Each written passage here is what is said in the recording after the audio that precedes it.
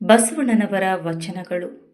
ಕಳಬೇಡ ಕೊಲಬೇಡ, ಹುಸಿಯ ನುಡಿಯಲು ಬೇಡ, ತನ್ನ ಬಣ್ಣಿಸಬೇಡ, ಇದಿರು ಅಳಿಯಲು ಬೇಡ. ಇದೇ ಅಂತರಂಗ ಶುದ್ಧಿ, ಇದೇ ಬಹಿರಂಗ ಶುದ್ಧಿ, ಇದೇ ನಮ್ಮ ಕೂಡಲ ಸಂಗಮ ದೇವನನ್ನ ಒಲಿಸುವ ಪರಿ. ಇದರ ಅರ್ಥ, ಕಳಬೇಡ ಎಂದರೆ ಕಳ್ಳತನ ಮಾಡಬಾರದು, ಕೊಲಬೇಡ ಎಂದರೆ ಹಿಂಸೆ ಅಥವಾ ಕೊಲೆ ಮಾಡಬಾರದು, ಹುಸಿಯ ನುಡಿಯಲು ಬೇಡ ಎಂದರೆ ಸುಳ್ಳನ್ನ ಮಾತನಾಡಬಾರದು, ತನ್ನ ಬಣ್ಣಿಸಬೇಡ ಅಂದರೆ ಸ್ವತಃ ಹೊಗಳಿಕೊಳ್ಳಬಾರದು, ಇತರರನ್ನ ಹೀಯಾಳಿಸಬೇಡ, ಇತರರನ್ನ ತಗ್ಗಿಸಿ ಮಾತನಾಡಬೇಡ ಎಂಬುವುದು ಇದರ ಅರ್ಥ.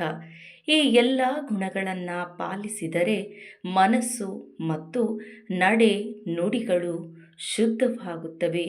ಇದೇ ದೇವರನ್ನ ಸಂತೋಷದಿಂದ ಸತ್ಯವಾದ ಮಾರ್ಗದಲ್ಲಿ ನಡೆಯುವ ಪರಿ ಎಂದು ಬಸವಣ್ಣನವರು ತಮ್ಮ ವಚನದಲ್ಲಿ ಸ್ಪಷ್ಟಪಡಿಸಿದ್ದಾರೆ. ಇದರ ಸಾರಾಂಶ, ಈ ವಚನದಲ್ಲಿ ಬಸವಣ್ಣನು ಸತ್ಯ, ಅಹಿಂಸೆ, ವಿನಯ ಮತ್ತು ಸಮಾನತೆಯ ಮಹತ್ವವನ್ನು ಹೇಳುತ್ತಾರೆ.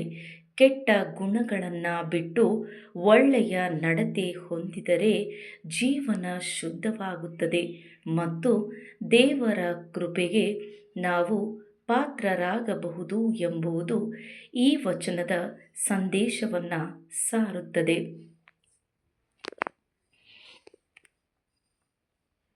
ಇನ್ನು ಎರಡನೆಯ ವಚನ, ಇವನಾರವ ಇವನಾರವ ಎಂದೆನಿಸಿದಿರಯ್ಯ, ಇವ ನಮ್ಮವ ಇವ ನಮ್ಮವ ಇವ ನಮ್ಮವ, ಇವ ನಮ್ಮ ಮನೆಯ ಮಗನೆಂದೆನಿಸಯ್ಯ, ಕೂಡಲ ಸಂಗಮ ದೇವ. ಈ ವಚನದ ಅರ್ಥವನ್ನು ತಿಳಿದುಕೊಳ್ಳೋಣ. ಇವನು ಯಾರು ಎಂದು ವ್ಯಕ್ತಿಯನ್ನು ತಳಮಟ್ಟದಲ್ಲಿ ನೋಡಬಾರದು. ಪ್ರತಿಯೊಬ್ಬರೊಳಗೂ ದೇವರು ವಾಸಿಸುತ್ತಾನೆ. ಯಾರನ್ನು ಕಡಿಮೆ ಹೆಚ್ಚು ಎಂದು ಭೇದ ಭಾವ ಮಾಡಬಾರದು. ಎಲ್ಲರನ್ನ ಸಮನಾಗಿ ನೋಡುವುದರ ಜೊತೆಗೆ ಅವರನ್ನು ಗೌರವಿಸಬೇಕು ಎಂಬುದು ಈ ವಚನದ ಅರ್ಥವಾಗಿದೆ. ಇನ್ನು ಈ ವಚನದ ಸಾರಾಂಶ ಇಂತಿದೆ. ಈ ವಚನದಲ್ಲಿ ಬಸವಣ್ಣನು ಸಮಾನತೆ ಮತ್ತು ಮಾನವೀಯತೆಯ ಮಹತ್ವವನ್ನು ಹೇಳುತ್ತಾರೆ.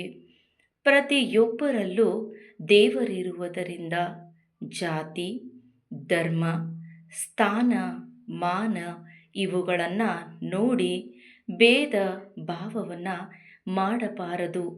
ಎಲ್ಲರನ್ನೂ ಒಂದೇ ರೀತಿಯಾಗಿ ಗೌರವಿಸುವುದೇ ನಿಜವಾದ ಧರ್ಮ ಎಂಬುದು ಈ ವಚನದ ಸಂದೇಶವಾಗಿದೆ. ಸ್ನೇಹಿತರೆ, ಈ ವಿಡಿಯೋ ನಿಮಗೆಲ್ಲ ಇಷ್ಟವಾಗಿದೆ ಎಂದು ಭಾವಿಸುತ್ತೇನೆ. ಈ ವಿಡಿಯೋ ನಿಮಗೆಲ್ಲ ಇಷ್ಟವಾಗಿದ್ದರೆ ಈ ವಿಡಿಯೋಗೊಂದು ಲೈಕ್ ನೀಡಿ, ಹಾಗೆ ತಪ್ಪದೆ ನನ್ನ ಚಾನಲನ್ನು ಸಬ್ಸ್ಕ್ರೈಬ್ ಮಾಡಿಕೊಳ್ಳಿ. ಕೇಳಿದ್ದಕ್ಕಾಗಿ ಎಲ್ಲರಿಗೂ ಧನ್ಯವಾದಗಳು.